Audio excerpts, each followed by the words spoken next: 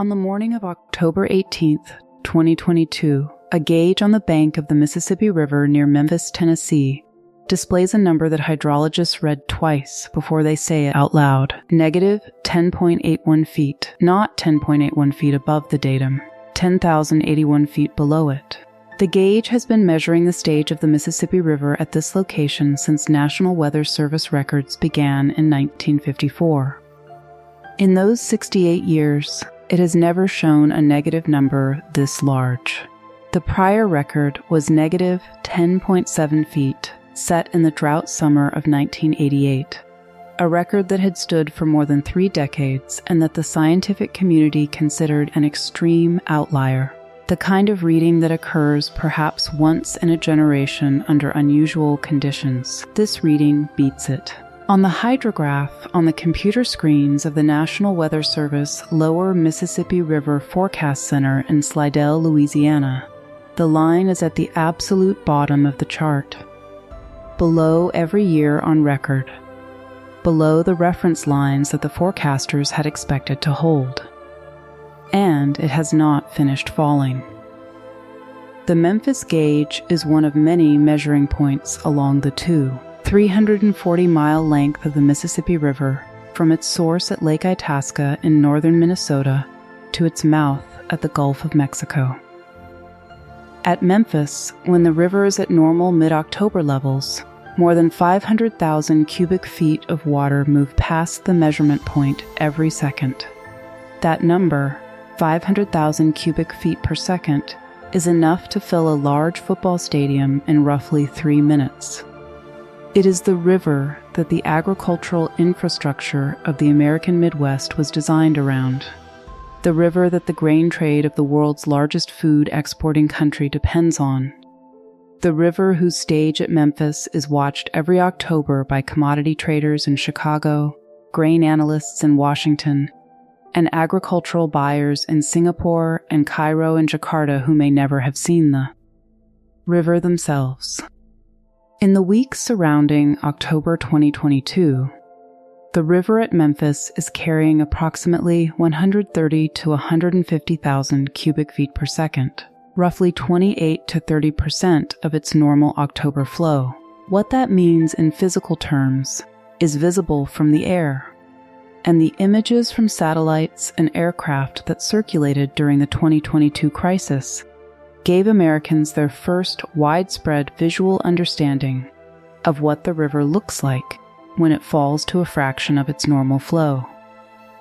Sandbars that are normally submerged beneath many feet of water are standing in open air, some of them stretching for miles through the channel. Ancient submerged hulks, boats that sank decades or a century ago and have rested beneath the river's surface ever since, are visible on the banks where they settled when they went down. The fossilized jaw of an American lion, extinct for 11,000 years, surfaced in the exposed sediment during the 2022 low. The navigation channel, the 9-foot deep waterway that the Army Corps of Engineers maintains along the length of the Mississippi from Minneapolis to Baton Rouge to keep commercial shipping operating, is below minimum depth in stretches that span dozens of miles. Barges that normally travel fully loaded with grain, coal, and petroleum products are tied to shore waiting. The ones that are moving are carrying far less than they were designed to carry, because the river is no longer deep enough to support their full draft at their full load. Captains choosing between running aground and running light are choosing light. Here is what 28% of normal flow looks like at the level of the American food supply. The Mississippi River system, the main river, and its tributaries, is the physical infrastructure through which approximately 60% of the United States grain exports travel. Corn, soybeans, wheat, and other bulk agricultural commodities produced in the Midwest are loaded onto barges at river terminals along the Upper Mississippi, the Illinois River, and the Ohio River. Then moved downstream to the export terminals in and around New Orleans, where they are transferred to ocean-going vessels for delivery to customers around the world. An estimated 660 million tons of freight moves through this system each year, with a total economic value of approximately $187 billion. At the bottom of the river's navigational hierarchy, at New Orleans, grain loading facilities that serve the global agricultural trade, feeding the protein supply chains of Asia, the bread supply chains of the Middle East and North Africa, the livestock industries of dozens of countries, depend on the Mississippi running at sufficient depth to move barges from the Midwest to the Gulf. The barge is not a romantic piece of infrastructure. It is the most efficient land-to-sea cargo vehicle that exists for bulk agricultural commodities. A single barge, 200 feet long and 35 feet wide, carries approximately 1,500 tons of cargo in its open hold, the equivalent of about 870 semi-truckloads. A single tow, which is the industry term for the linked formation of barges pushed by a single towboat, typically consists of 15 to 25 barges, meaning that one vessel and one crew can move the equivalent of 13,000 to 22,000 truckloads of grain in a single voyage from the upper Midwest to the Gulf. Moving grain by barge costs approximately 1 cent per ton mile. Moving the same grain by truck costs approximately 7 cents per ton mile. Moving it by rail falls somewhere in between, roughly 2 to 3 cents per ton mile. The economics of American agricultural exports in global markets rest on the efficiency of that 1 cent per ton mile. Remove it, and American grain becomes less competitive against grain from Brazil, Ukraine, Australia, or any other major exporting country that is not constrained by the same cost structure. The export terminals at New Orleans and the nearby Baton Rouge corridor are among the most productive agricultural export facilities in the world. The largest operators, Cargill, Bunge, Adam, Louis Dreyfus, and others, maintain elevator and loading facilities along the river that can process millions of tons of grain each year. The facilities are optimized for barge receipt and ship loading. Their operations depend on the continuous flow of fully loaded barges from the interior. When barges are light loaded at 60 or 70% of capacity because the river is too shallow for their full draft, the export terminals receive less grain per barge and must manage more individual vessel movements to process the same total tonnage, increasing the operational congestion at a system that, during the October-December peak harvest period, is already operating at close to capacity. When the river is at 28% of normal flow, with the navigation channel too shallow for full loads, those barges slow down. Their cargo volume decreases.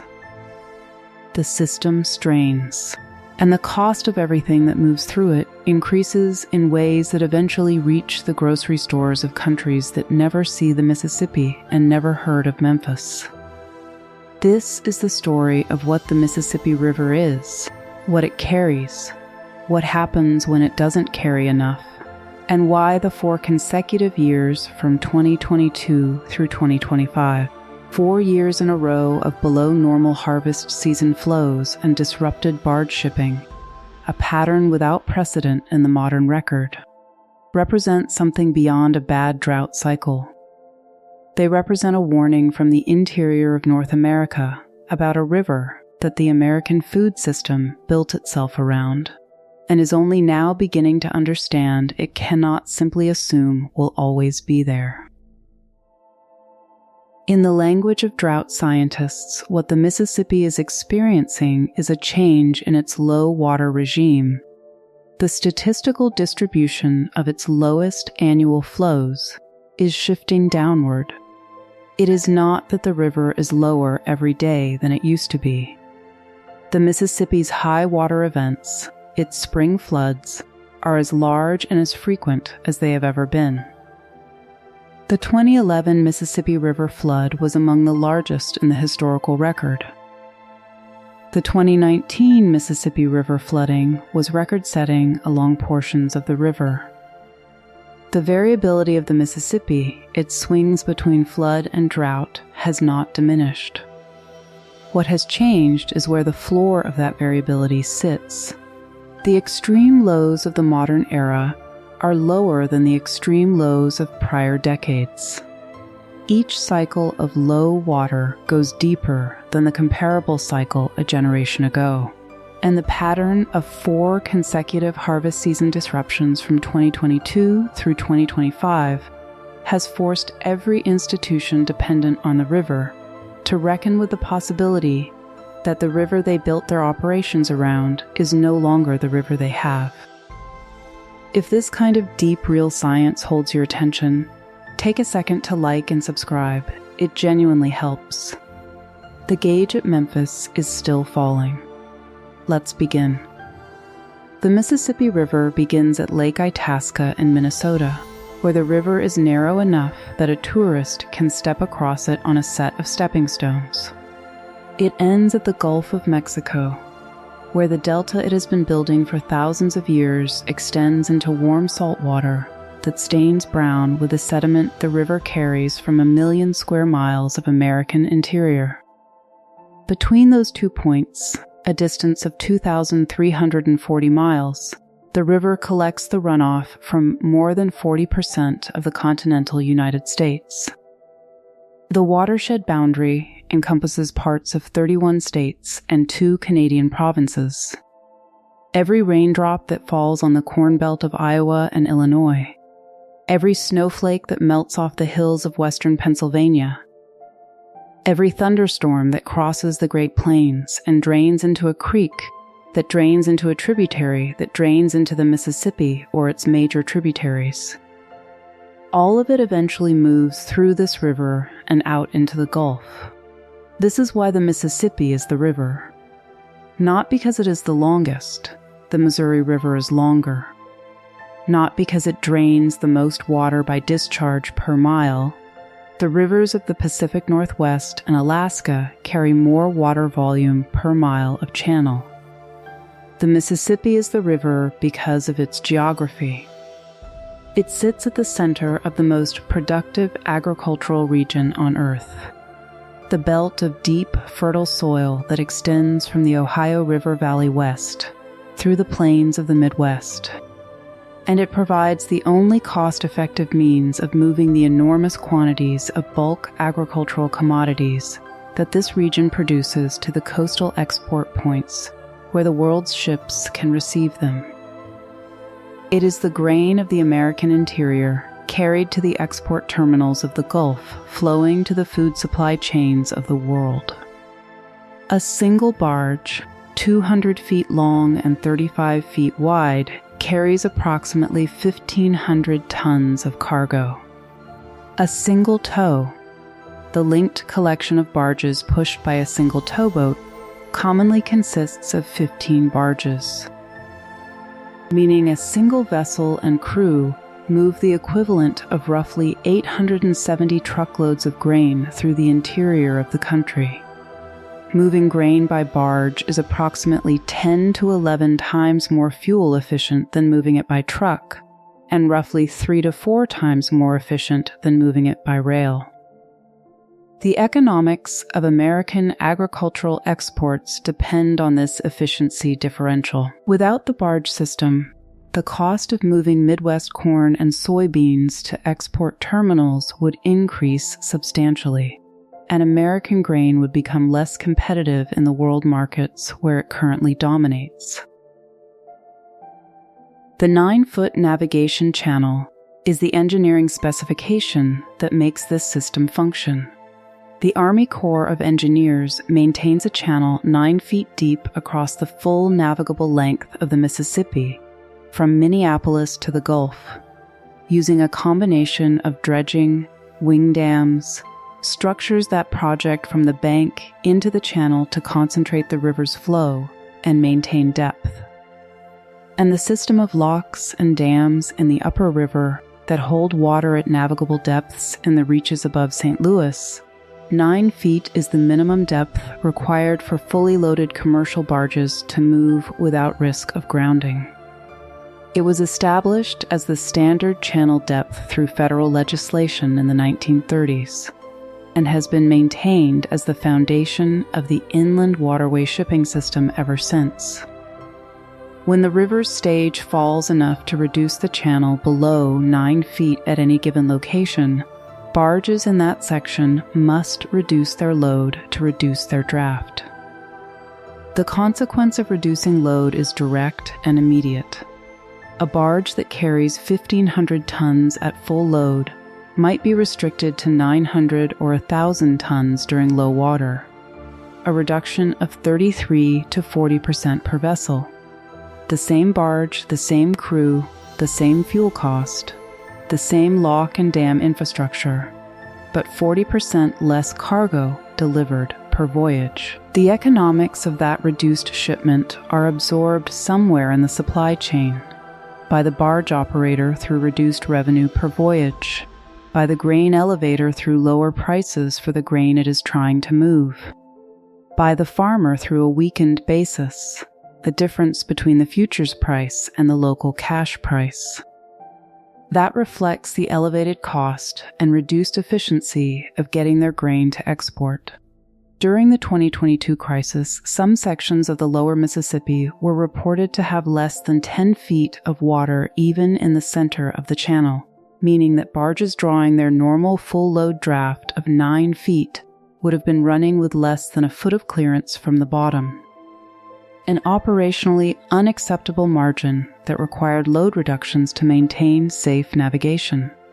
The Army Corps' emergency dredging operations during the crisis were attempting to restore the 9-foot authorization depth in the most critical sections, but the scale of the low water conditions across the lower river made it impossible to dredge fast enough to fully compensate for the stage decline. The barges ran light, the loads were reduced, the grain stayed in the elevators longer. The consequence of reducing load is direct and immediate. A barge that carries 1,500 tons at full load might be restricted to 900 or 1,000 tons during low water. The same barge, the same crew, the same fuel cost, but 40 or 50% less cargo delivered. The economics of the reduced shipment are absorbed somewhere in the supply chain, by the barge operator through reduced revenue, by the grain elevator through lower prices for the grain it is trying to move, by the farmer through a weakened basis, the difference between the futures price and the local cash price. That reflects the elevated cost and reduced efficiency of getting their grain to export. When the Memphis gauge hits negative 10.81 feet, this is the system that is straining. To understand why the Mississippi reached that level in October 2022, and why it has reached near record or record lows in 3 of the 4 subsequent harvest seasons, you have to understand the hydrology of the river and the specific atmospheric mechanism that produced the 2022 event. Because the 2022 event was not simply a very bad drought, it was a specific kind of drought operating through a specific mechanism that challenged every conventional understanding of how Mississippi River water levels behave in the modern era.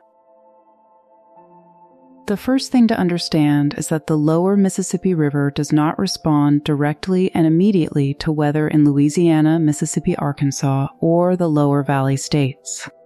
The water at New Orleans or at Memphis or at Cairo, Illinois, comes predominantly from upstream.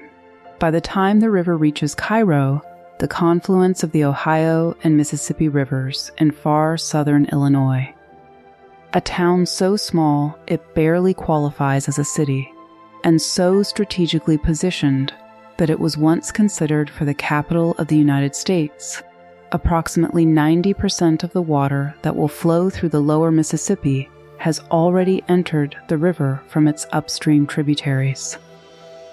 What happens below Cairo is determined by what happened above Cairo, by the rainfall over western Pennsylvania in July, by the snowpack in the upper Midwest in March, by the temperature over central Illinois in August, by conditions in a dozen tributaries that drain half the continent before their water reaches the confluence at Cairo and becomes the lower Mississippi. The Ohio River, which joins the Mississippi from the east at Cairo, is the largest single tributary by discharge. It drains the Appalachian Plateau, the mountains of Pennsylvania, West Virginia, Kentucky, and Tennessee, plus the rich agricultural lands of Ohio and Indiana and the southern margins of the Great Lakes watershed. The Ohio's flow is relatively stable compared to other large American rivers because its drainage basin receives more uniform precipitation throughout the year and is less subject to the extremes of the continental climate that affect the more western portions of the Mississippi system. When the Ohio is running near normal, it provides a significant stabilizing inflow to the lower Mississippi. When drought conditions in the Ohio basin reduce its flow, as happened in the heat events of 2022 and 2023, the lower Mississippi loses its largest single tributary's contribution. The Missouri River, joining the Mississippi from the west just north of St. Louis, drains the northern Great Plains from the mountains of Montana through the dry ranges of Wyoming, the farmlands of Nebraska and Kansas, and the Missouri State watershed. The Missouri is more variable than the Ohio because its basin spans a wider range of climate zones, from the snowpack-dependent mountains of the upper basin to the drought-prone semi-arid plains of its middle reaches. The Missouri's flows are heavily regulated by a system of 6 major reservoirs. The Pick-Sloan dams, built by the Army Corps of Engineers in the post-World War II era, that impound enormous volumes of Missouri River water for flood control, irrigation, and hydropower.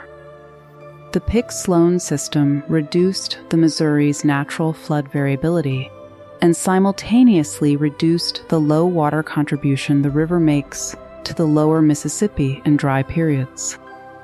Because the water stored in the reservoirs during wet years is not fully available to augment flows during the driest periods. A drought in Louisiana does not by itself lower the Mississippi River at Memphis. The rain that falls in New Orleans drains locally to the Gulf through the lower delta's distributaries. A drought in the upper Midwest, in the states that drain into the Ohio and Missouri and upper Mississippi, reduces the inflows to the main stem and eventually lowers the river at Memphis, Cairo, and Baton Rouge. This is counterintuitive to anyone who has looked at a map of the lower Mississippi Valley and assumed that local conditions drive local river levels. They do not. They drive local drought. The river responds to what happened upstream, weeks or months before. The second thing to understand is the concept of a flash drought, a drought that develops within weeks rather than months, with an onset speed that the standard drought monitoring frameworks were not originally designed to track. Traditional droughts develop slowly as precipitation deficits accumulate over months or seasons.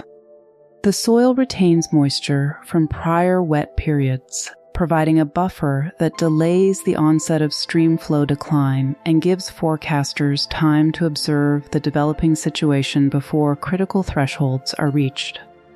Flash droughts develop differently. A combination of reduced precipitation and anomalously high temperatures accelerates the evaporation of soil moisture, drying out the landscape in a compressed time frame that the soil's normal buffering capacity cannot prevent. The agricultural soil acts like a slow-release sponge between precipitation and stream. When the sponge is healthy, weeks can pass between the last rainfall and any meaningful river level response. When a flash drought dries the sponge rapidly through intensified evaporation, the buffering disappears. The soil stops releasing water to the streams. The streams stop feeding the river. The river drops weeks faster than prior models of drought evolution predicted. And the barge operators and grain elevator managers who were using those models for operational planning are suddenly operating in a situation that has moved faster than any historical precedent taught them to anticipate. In the summer of 2022, an unusual pattern developed in the Mississippi River watershed that challenged every conventional model of how the river behaves during extreme low water events. The major tributaries, the Ohio River, the Missouri River, the Upper Mississippi, were running near or above normal flows for the season. The soils of the Corn Belt and Appalachian drainage were maintaining adequate moisture. The tributary gauges were reading as expected. A hydrologist watching the tributary data in July 2022 would not have predicted a historic low on the main stem in October. But a flash drought was developing directly over the middle and lower Mississippi River's own drainage. The strip of land immediately adjacent to the river from roughly Missouri south to the Gulf. This drainage area does not contribute most of the Mississippi's water. The tributaries do that. But it does contribute to the atmospheric moisture budget in a way that matters enormously during periods of extreme heat. In the summer and early fall of 2022, record temperatures settled over a broad swath of the central and lower Mississippi Valley. June and July temperatures broke monthly records across multiple states. August continued the anomalous heat. The soil moisture in the immediate river valley, already thin from reduced local precipitation, was being drawn out of the ground by the atmospheric demand. The insatiable moisture appetite of an air mass that is unusually hot and therefore unusually capable of holding and transporting water vapor. The river's surface itself became a significant source of evaporation. A river moving 500,000 cubic feet of water per second past Memphis has an enormous exposed surface area. The channel at Memphis is more than a mile wide at normal flow, and that surface is in direct contact with an air mass that was running 10 to 15 degrees Fahrenheit above historical averages for extended periods. Evaporation from a water surface scales directly with the vapor pressure difference between the water and the overlying air. Anomalously hot, dry air increases that difference dramatically. The river was, in effect, being consumed from above at a rate that augmented the already reduced inflows from a watershed that had not itself experienced catastrophic drought. The result was a decline rate that matched nothing in the modern record. The Mississippi at Memphis fell 20 feet in 11 weeks. This is not a river gradually declining over a season. It is a river dropping with the speed and directness of a system experiencing an acute stress event, 2 feet per week, sustained, across the most economically critical months of the agricultural year. Here is the part of the 2022 crisis that most coverage failed to fully communicate. This flash drought mechanism, drought forming in the main stem drainage of a large river, while tributaries remain near normal, had not been prominently documented in the prior scientific literature on Mississippi River hydrology. A 2023 paper published in Nature Water specifically analyzed the 2022 event and identified it as a new mode of extreme low water that differs fundamentally from tributary-driven drought events. The paper found that the main stem evaporation intensification created by the heat event was the primary driver of the unprecedented low, rather than reduced inflows from the Ohio or Missouri. The factors that had driven every prior major low water event in the historical record. The distinction matters for forecasting. Tributary-based droughts develop over months and provide early signal in the upstream gauge network. Main stem evaporation intensification develops in weeks and provides almost no signal in the upstream gauge network until the effect is already visible at the main stem gauges themselves. The 2022 event also occurred within a longer-term trend that the scientific literature had identified, but that had not fully penetrated the operational planning of the industries that depend on the river. Research published in multiple peer-reviewed hydrology journals in the years before 2022 had documented that the annual minimum water levels on the lower Mississippi River had been declining across the 20th and early 21st centuries, that each decade's worst low water year was lower, on average, than the previous decade's worst. The combination of human modifications to the watershed, declining average precipitation in portions of the basin, and increased evaporative demand from a warming atmosphere had been nudging the river's low water extreme lower for decades before 2022 provided the most dramatic single data point. In 2023, the lower Mississippi again reached near record lows, with the gauge at Memphis touching negative 10.26 feet in late September, close enough to the 2022 record to constitute a near miss at a second consecutive record breaker, and low enough to cause serious disruption to barge traffic during the autumn harvest. Memphis and Osceola, Arkansas both hit negative 11.67 feet at their most extreme in September 2023. Records at those individual gauges that added to the mosaic of new historic lows accumulating across the river system. The cause was different from 2022, months of excessive heat and below normal precipitation in the Ohio and upper Mississippi basins, a more traditional drought-driven low rather than a flash drought. Louisiana and Mississippi experienced their hottest Augusts on record in 2023. But the outcome was the same: disrupted barge traffic during the harvest season. Grain piling up in elevators, elevated shipping costs rippling through the agricultural supply chain and into the farm income calculations of hundreds of thousands of Midwest producers. In 2024, below normal harvest season flows returned for the third consecutive year, forcing shippers to light load grain barges for the third year running.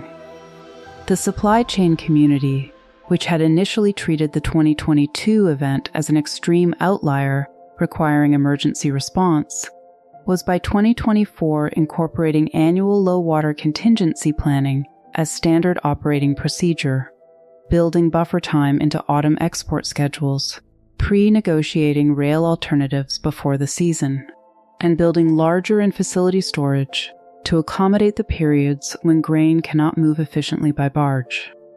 In 2025, low water conditions disrupted shipping for the fourth consecutive year, the longest run of harvest season low water disruptions in the modern record. Cairo-Memphis barge rates averaged $18.84 per ton in September 2025, well above the non-drought year average of $14.03 per ton, and a structural increase from normal that the grain trade was now treating not as an emergency premium, but as an elevated baseline cost. The supply chain was adapting. But adaptation to a recurring supply chain disruption is not the same as resolution of the underlying problem. The supply chain adapts by building in redundancy, adjusting timelines, and accepting higher costs, all of which ultimately translate to higher prices somewhere in the chain, paid ultimately by food consumers who have no visibility into the river gauge at Memphis that is driving the cost increase. The monitoring infrastructure that watches the Mississippi River is extensive and increasingly sophisticated. The Army Corps of Engineers maintains a network of gauge stations at key points along the river from St. Paul to the Gulf, publishing hourly stage data that the barge industry, the grain trade, port operators, and agricultural economists use for operational planning. The National Weather Service's Lower Mississippi River Forecast Center in Slidell issues daily forecasts of river stage at each key location, using precipitation data, upstream gauge readings, soil moisture estimates, and temperature forecasts to project river levels 1 to 4 weeks ahead. NOAA's Climate Prediction Center issues longer-range seasonal outlooks that attempt to characterize the probability of above or below normal river flows over a 3-month window. The USG's Stream Gauge Network publishes real-time discharge data at hundreds of points across the Mississippi watershed, allowing forecasters and operators to monitor the tributary contributions that feed the main stem and provide the early warning of developing low water conditions. These tools provide the agricultural supply chain with more real-time information about Mississippi River conditions than has ever previously been available. When water levels begin falling toward critical thresholds, the monitoring network provides early warning to the barge industry. Operators begin pre-positioning lighter loads. Grain elevators plan reduced shipments. Shippers begin exploring rail alternatives for the most time-critical cargo. The 2022 record low arrived faster than the monitoring system's historical calibration expected, because the flash drought mechanism was not what the early warning system was tuned to detect. But subsequent years refined that calibration. By 2025, the monitoring system was tracking summer soil moisture and temperature anomalies in the main stem drainage more carefully, recognizing them as potential precursors of fast-developing low-water events. What the monitoring system cannot do is change what the river is carrying. It can see the problem with increasing precision. It cannot solve it. The Army Corps of Engineers responded to the recurring low-water crises with the tools it has available. Accelerated dredging at the most critical shallow spots along the navigation channel. The Army Corps' dredging operations during the 2022 low-water event were some of the most extensive in the agency's history, operating at locations that do not normally require dredging, because water levels are sufficient to maintain channel depth without intervention. The emergency sill construction in 2023 to address saltwater intrusion near New Orleans. Operational guidance to the barge industry about safe operating depths and load restrictions at each stage level. These are the tools the Corps has for managing the river it cannot control. The dredges cannot add water. The emergency sills cannot stop evaporation. They can only reshape the channel's geometry and the system's operation to extract maximum navigable use from whatever water the river is carrying. Now bring this down to the ground, to the specific communities and industries that feel what the Memphis gauge is doing. The grain elevator in a small town along the Illinois River, northwest of Peoria, sits at the edge of some of the most productive agricultural soil on Earth. Every autumn, farmers deliver corn and soybeans from the surrounding fields to this facility, where the grain is weighed, graded, dried if necessary, and stored in the large cylindrical bins that line the river. The elevator's business model is fundamentally based on moving that grain to market via barge. It has direct access to a river dock where barges are loaded and pushed downstream toward New Orleans and the export terminals. In a normal year, the elevator loads barges continuously through October and November as the harvest comes in, moving grain at a cost per ton that is competitive with any other transportation mode. In a low-water year, the elevator's options narrow to a set of alternatives that are each more expensive and less convenient than the barge system the facility was built around. The barges that the elevator normally loads at full capacity must be loaded at reduced weight. This means more barges are needed to move the same quantity of grain, more operational cost per ton, more barge availability required during a season when barge demand across the entire river system is high, which drives the spot barge rate upward. The elevator's margin shrinks. The price it can offer farmers for their grain, the local cash price, drops because the elevator's cost of moving that grain to the export terminal has increased. The farmer who brought 50,000 bushels of corn to the elevator in October now receives a lower price for it than they would have received in a normal flow year. The difference between what a bushel of corn is worth at the export terminal and what the farmer receives locally is called the basis, and it widens when transportation costs increase. In a low water year, the basis widens enough to matter materially to farmers operating on the thin margins that characterize modern grain production. A basis that widens by 20 or 30 cents per bushel across a harvest of 50,000 to 100,000 bushels is the difference between a profitable year and a break-even year for a mid-sized Midwest grain farm. The elevator also has the option of diverting grain to rail, but rail capacity during the autumn harvest season is typically constrained, and the rates reflect that constraint. A rail car that moves grain from central Illinois to an export terminal at the Gulf is substantially more expensive per ton mile than a barge. The elevators and rail operators negotiate frantically for rail capacity during low water events, and the additional rail cars that divert from other freight move grain at a cost that further expands the basis. Some grain simply cannot move at all during the worst weeks of a low water event. It sits in the elevator, incurring storage costs. While the elevator waits for either the river to rise or for rail capacity to become available at a price that makes movement economically rational. In 2022 and 2023, barge rates in the Cairo to Memphis stretch reached levels that operators described as severely above historical benchmarks. At the peak of the disruptions, freight rates from St. Louis rose approximately 77% above the 3-year average. The per ton cost of moving grain from Cairo to Memphis averaged $18.84 during the 2025 low water period, compared to $14.03 in years without drought disruption, and more than $26 per ton during the peak of the 2022-2024 drought average. The American Farm Bureau Federation estimated that supply chain disruptions from a significant low water event cost the agricultural sector hundreds of millions of dollars annually in elevated transportation costs and reduced basis prices.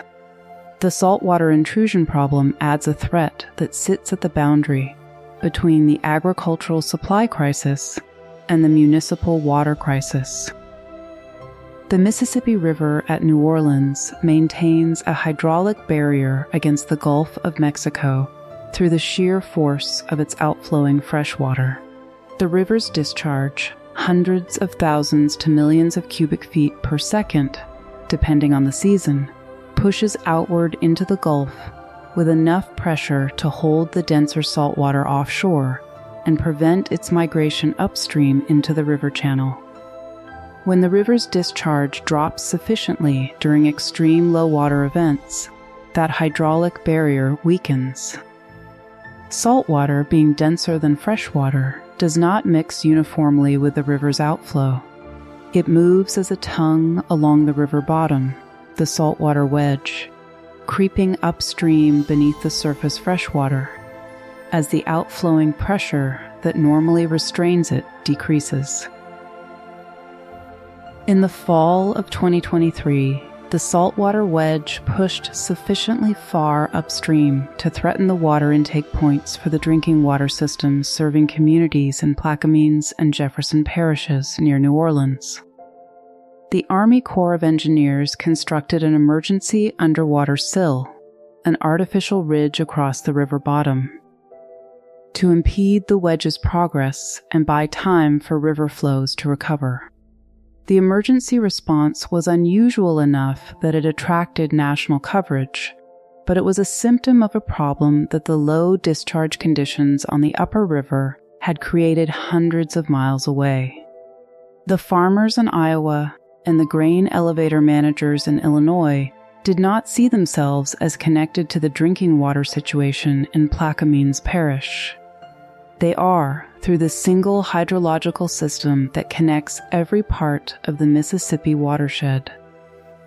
The global food system connection is the least visible but most consequential dimension of the recurring Mississippi River low water crisis. When the river's flow is at 28 to 30% of normal during the autumn harvest season, the volume of American grain that reaches export terminals is reduced. The reduction is temporary. The backlog of grain sitting in inland elevators eventually moves when water levels recover. But the disruption in the flow of grain to world markets creates price signals that ripple through commodity exchanges and food supply chains in countries far from the Mississippi River basin, in ways that are rarely traced back to their source. Egypt is the world's largest wheat importer by volume. The Egyptian government has maintained subsidized bread prices since the Nasser era as a matter of social policy, and the government procurement program that keeps those subsidies functional depends on reliable access to competitively priced imported wheat, of which American wheat is a major component. When Mississippi barge disruptions elevate the cost of grain at New Orleans export terminals, Egyptian buyers see higher prices or delayed availability at the loading points from which their wheat ships depart. For a country where bread prices are politically sensitive, in the specific way that commodities with subsidized consumer prices are sensitive everywhere. Where price spikes translate directly into street-level unrest, the cost of supply disruptions from an American river drought reaches into government budget calculations and social stability calculations that the residents of Cairo are unlikely to attribute to the stage reading at the Memphis gauge. Indonesia and the Philippines are among the largest buyers of American corn and soybeans, which feed the poultry and aquaculture industries that supply the protein requirements of two of the most densely populated countries in Asia. The price of chicken in Jakarta or Manila is, through a supply chain that passes through the soybean crushing facilities of Iowa and the barge terminals of the Illinois River, a downstream consequence of the crop economics of the American Midwest, which are themselves a downstream consequence of what the Mississippi is doing in October. A low water year that elevates Midwest grain transportation costs by 15 or 20% does not translate to a 15 or 20% increase in Jakarta chicken prices. The commodity market absorbs the signal through futures price adjustments, basis movements, and origin switching to Brazilian or Argentine alternatives, but it is a real contributing factor to the global agricultural commodity price environment in ways that the impacted communities cannot directly observe. Brazil has been the primary competitive alternative to American grain in global markets for the past 2 decades, and the recurring Mississippi River low water events of 2022-2025 have accelerated the long-standing trend toward greater Brazilian market share in Asian grain import markets. When American corn and soybeans become more expensive to move to export due to river constraints, Brazilian corn and soybeans from the Cerrado and Mato Grosso states moving through the expanding port facilities of Santos and Paranaguá become relatively more competitive. Each low water disruption year modestly strengthens the commercial relationships between Brazilian exporters and Asian buyers. relationships that persist even in normal water years, because the buyers have diversified their supplier base in response to supply chain unreliability. The Mississippi's low water does not just affect the current year's export volumes. It contributes to a structural shift in the long-term competitive position of American grain in world markets. The 2022 low water event coincided with the second year of significant disruption to Black Sea grain exports caused by the Russian invasion of Ukraine, which had reduced Ukrainian wheat and corn exports substantially from their pre-war levels. The two supply shocks, one geopolitical and one hydrological, one affecting wheat and one affecting corn and soybeans, but both reducing the supply of grain available to global buyers simultaneously, hit markets that were already tight from pandemic-era supply chain disruptions and elevated energy costs that had increased fertilizer prices worldwide. The compounding of supply shocks from multiple directions in the same period produced food price index readings in 2022 that were among the highest recorded in the modern era of global food monitoring. The Mississippi River was not the only factor in that price spike. It was a contributing factor in a year when the global food system had insufficient margin to absorb multiple simultaneous supply disruptions without price effects. The ripple effects extend beyond grain to every commodity that moves through the river system. The Mississippi River is not only an export corridor, it is also an import corridor.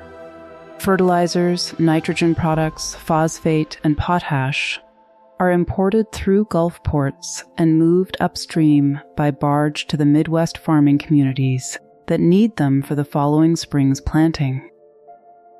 Chemical products, petroleum products, building materials, and industrial supplies move both directions through the river system. When water levels force light loading on the downstream grain barges, the upstream import flow is also constrained. The same light loading restrictions that apply to a fully loaded grain barge heading south apply to a fully loaded fertilizer barge heading north. Fertilizer that arrives at the Gulf port when the river is at low water is more expensive to move to the farm that needs it, increasing input costs for the following planting season, on top of the reduced revenue from the current season's restricted exports. The low water event compounds itself forward in time. The current harvest transportation cost is elevated, while the next planting's input cost is simultaneously elevated, creating a double squeeze on agricultural margins that plays out over 18 months rather than a single season. What the science of river hydrology and the Army Corps of Engineers can tell us about the future of this system is constrained by the fundamental uncertainty of climate projections at the regional scale and by the inherent unpredictability of flash drought events specifically. The long-term trend in minimum water levels on the lower Mississippi is documented and measurable in the instrumental record that extends back over a century. Annual minimum levels have declined over the past century. Yearly lows are getting lower. The construction of locks, dams, and levees in the upper river system over the past century has impounded a growing share of the river's flow. The impounded water behind upriver reservoirs does not contribute to lower river flow in the same way that free-flowing water would, and the aggregate effect of this impoundment has been to reduce the minimum flow that the lower river receives during dry periods. Climate warming increases evapotranspiration from the watershed and evaporation from the river surface, both of which reduce the water available to flow past the Memphis gauge in October. What the projections cannot tell us is the year, the season, or the specific mechanism of the next extreme low water event. The 2022 flash drought mechanism was not predicted with adequate lead time by the monitoring systems in place. The 4 consecutive years of harvest season disruption from 2022 through 2025 exceeded what any prior climatological assessment of the Mississippi system would have characterized as a probable multi-year recurrence pattern. In the prior historical record, extremely low water levels on the lower Mississippi typically occurred once every 10 years or fewer. According to NOAA hydrologists who had studied the river's behavior, 4 consecutive years was not in the probability distribution that the supply chain had been calibrated against. This is the structural problem that the agricultural supply chain, the export terminals, the global buyers of American grain, and the communities that depend on the river for drinking water are all navigating simultaneously. The river is showing a pattern. The pattern suggests the trend is real, that the new normal includes more frequent low water disruptions than the historical record represented, and that the infrastructure and supply chain practices built around the historical record need to be revised. The revisions cost money. They take time, and they are being made against a background of genuine uncertainty about whether the 2022-2025 period represents the new normal or the beginning of an even more severe trajectory. The answer is in the watershed, in the soil moisture readings above Cairo in August and September, in the temperature anomalies that develop over the central Mississippi Valley in July and August, in the precipitation that falls or fails to fall on the Corn Belt during the critical summer growing months that also happen to be the months when the river's sensitivity to evaporative demand is highest. Every autumn, the Mississippi River Gauge Network begins the seasonal drift toward lower water. The river falls through October and November as precipitation in the upper Midwest becomes snow rather than rain, and the snowpack holds its water rather than releasing it as runoff. This is the normal pattern. The 9-foot navigation channel narrows somewhat. Barge loads are managed more carefully. The system operates at reduced efficiency compared to summer. This is expected and planned for. What is no longer certain is how much below normal the fall will go. Whether the October low will be a managed inconvenience or a supply chain disruption event depends on conditions that were laid down in July and August. In the soil moisture status of the Ohio and Missouri basins, in the heat anomaly over the Central River Valley, in factors that the best available forecasting products can identify as elevated risk but cannot predict with the precision that would allow the grain trade to fully hedge against the outcome. The gauge at Memphis is the number that everyone in the American grain trade watches in September and October. It is the number that the National Weather Service Forecast Center projects weeks ahead.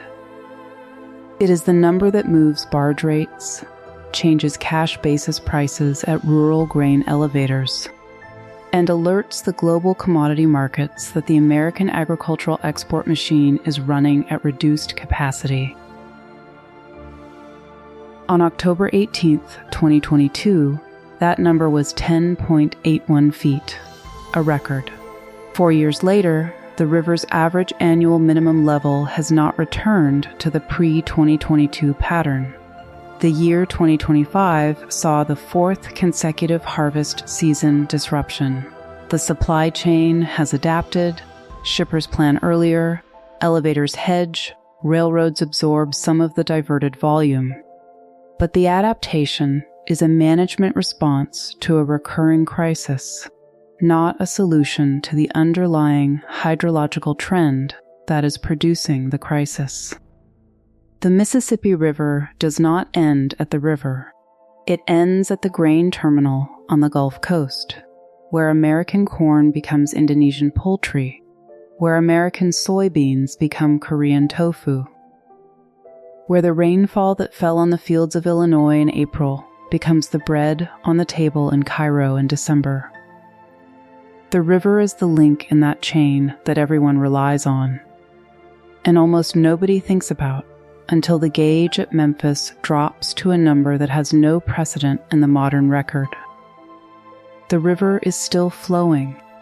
It is still carrying grain. The question that 4 consecutive years of harvest season low water has put in front of the American agricultural system and the global food trade is whether the Mississippi will continue to flow at the volume that the infrastructure built around it was designed to require, or whether the system will have to adapt to a Mississippi that runs lower more often than any of the models that govern the design of the locks, dams, dredges, and export terminals assumed it would.